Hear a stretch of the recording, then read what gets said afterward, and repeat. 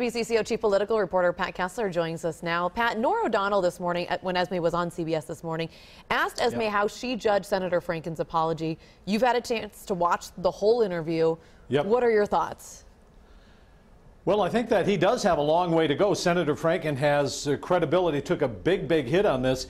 Here's what's very interesting.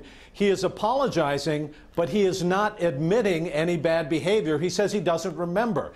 Now, remember, he was going after Attorney General Jeff Sessions, for example, hammering him because he does not recall, does not remember.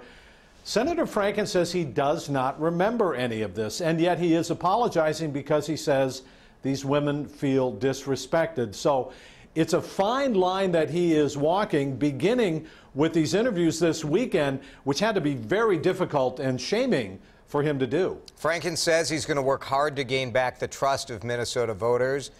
A, can that be done? And B, does it really matter if he's not going to resign?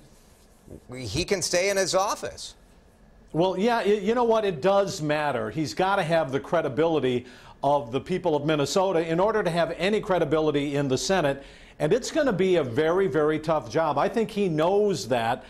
But nowadays, I think that people tend to move on. They're not quite as forgiving, I think, as they used to be in the past. And he is bringing up, he's embodying, rather, a whole new movement about what are we doing here? What is sexual harassment? Why are we tolerating it? And he could be the leader of that movement, but I think his credibility has taken a really big hit here in Minnesota. So with that, can he still lead effectively? He's received support from some lawmakers, still no intention to resign. Do you think that he can? You know, it's beginning now. We're beginning to see some people do it. I think over the weekend there were 65 women Democrats who came forward saying, we support Senator Franken. After this interview, his apology interview, and what I believe will likely be his apology tour for a few weeks just to keep this thing going and try to explain himself, I think little by little he's going to have to start building his credibility back. Here's a big one.